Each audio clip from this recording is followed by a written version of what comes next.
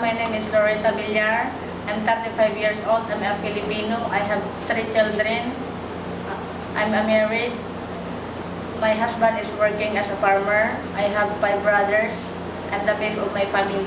Good day to you, Miss Loretta. How are you today? I'm fine, thank you, sir, madam. What do you think are the right attitude and characteristics of a good domestic helper? Sir, madam must be honest, responsible, and hardworking, sir, madam. Do you know how to cook basic Chinese food? Yes, sir, madam. I chicken curry chapati, and I'm willing to learn more dishes, sir, madam.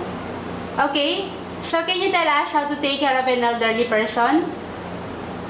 Sir, madam, give them proper food, vitamins, and bathing them all, and love them like my own parents. And give them proper hygiene. What if you commit mistakes? What to do?